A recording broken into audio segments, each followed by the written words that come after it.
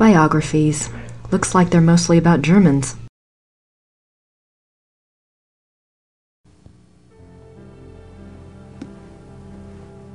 Books on the occult. Here we go. Vampires, witchcraft, ghosts, Asian spirits. Lycanthropes.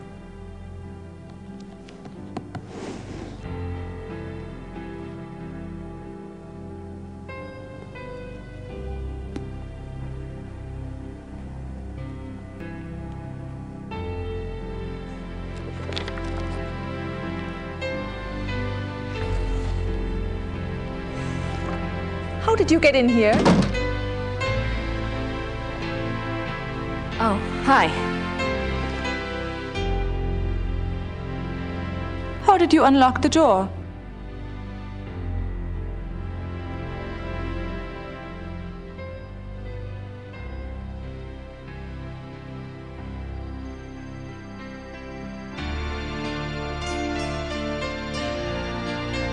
Oh, I see. All right. Look, let's just drop all the pretense, okay?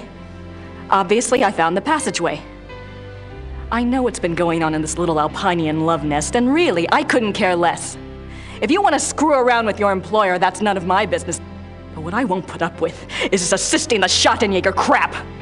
I gave up school to work on this stuff because I thought it was important. I'm doing the research that Gabriel wanted, and so help me, I'm going to be doing more than just research this time around. And I'm going to just sit around and wait for him to call and give me permission. And if you don't like it, it's just too damn bad! Okay, fine. You do the damn research.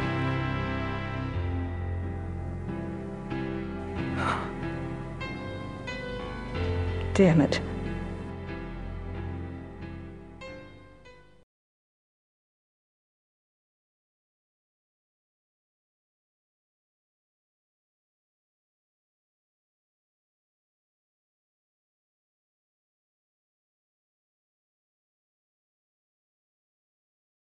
Chapter 3. Lycanthropy, the Ways of the Wolf. There are two categories of werewolf cases: false or lycanthropic disorder cases and genuine werewolf cases. Lycanthropic disorder. Lycanthropic disorder is a mental condition in which the subject, called a lycanthrope, believes that he or she is a werewolf.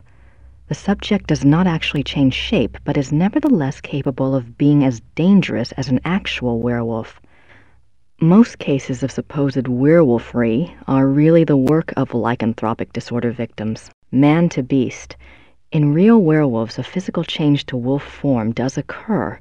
The change can be voluntary, at will, or can be forced by certain cycles of the moon and certain sounds, such as howling.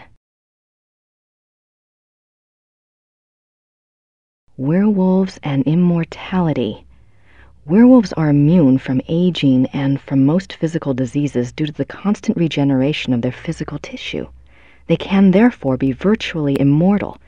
However, they can be killed by any wound that destroys the heart or the brain, or any form of death that causes brain or heart damage, such as hanging or other oxygen deprivation methods. The mind of a werewolf. Though primarily a true wolf while in wolf form, there is some proof that the werewolf retains enough knowledge to assist his killing. Recognition of victims, evasion of traps, and human cunning have all been seen on werewolf cases.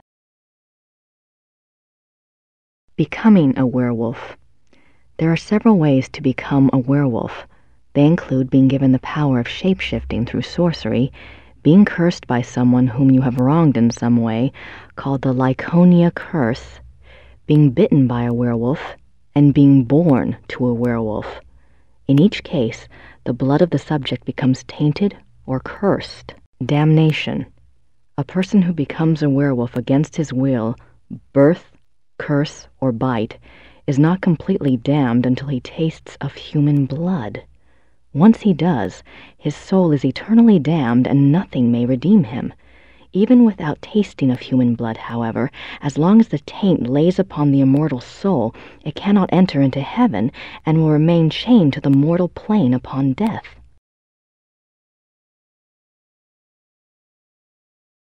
Werewolf packs. Like real wolves, werewolves can live alone for many years, yet the instinct for a pack often leads them away from their secretive lifestyles into revealing their nature to a priest or close associate, or converting another to werewolfery for companionship. This is when the otherwise cagey werewolf opens himself to detection. Werewolf packs cause immense destruction. A pack consists of one werewolf who became a werewolf through sorcery, birth, or curse. In other words, his is the original tainted blood. This werewolf is called the alpha werewolf. The remaining werewolves in the pack are called beta werewolves because they became werewolves through the bite of the alpha and carry the alpha's tainted blood. Alpha and beta werewolves. The relationship between alpha and beta werewolves is a complex one. Once a subject is bitten by a werewolf, his or her life and death are doomed to the werewolf curse. The victim does, however, have some hope. As long as they themselves do not taste of human blood, the curse is reversible. If the alpha werewolf is killed through some action of the beta's curse is broken. It is important to note that whether the beta werewolf was bitten by the alpha werewolf himself or by another beta, it is the alpha who must be destroyed, the source of the original tainted blood. It is also an interesting note that since betas and alphas share the same common blood, an alpha cannot physically harm a beta of his own bloodline by his own hand without inflicting the same injury upon himself. However, if a beta is harmed or killed by another, it does not affect the alpha. Symptoms of werewolfery. When hunting for a werewolf, it is important to remember that your biggest clues will come through your suspects' personalities. Becoming a werewolf is not transparent, no matter how the victim tries to hide it. The tainted subhuman blood greatly alters the subject's own mind and personality, even physical appearance. Therefore, look for symptoms in your human suspects that include increasing violence, increasing aggression, unprovoked rages, insomnia, restlessness, and other bizarre behavior. Unfortunately, over time, these symptoms can be brought under control, so do not rely upon them exclusively. A good example of this comes from a case reported by the ancient priesthood society Manos del Sol of Brazil. A rash of werewolf killings there was tracked to a high-ranking officer in the army. The society became aware of the man mainly through rumors of his violent behavior and changed personality. The case was successfully resolved with a man's capture. Manos del Sol, men of the sun? I wonder if they're like Schottenjägers, only Brazilian.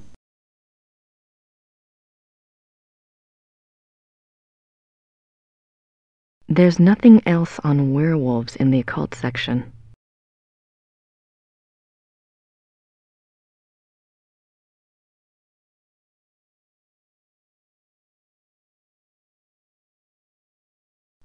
March 1864.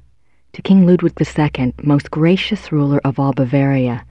I beg your forgiveness for my forthrightness in this letter, but I fear terribly for your Majesty's safety and thus have no time for subtlety.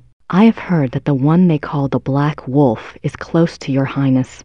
I have been investigating this man for reasons I cannot name at present, and I have learned that he is extremely dangerous and can only have the most dire of motives at heart in anything he pursues. I beg your Highness only this. Please do not see this man alone, nor even with your servants only to guard you. I promise you, all will be made clear very shortly when my investigation is complete. For now, only keep yourself safe. Your most grateful servant, Christian von Ritter, Schloss Ritter, Rittersburg, Bavaria.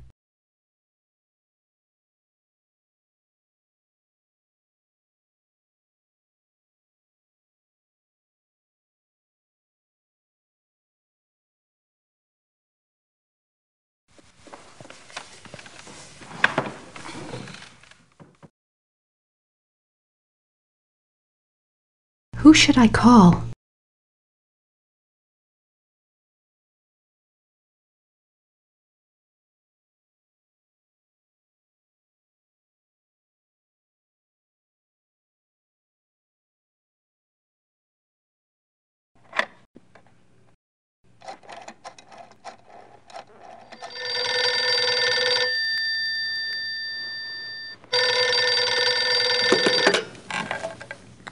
Hello?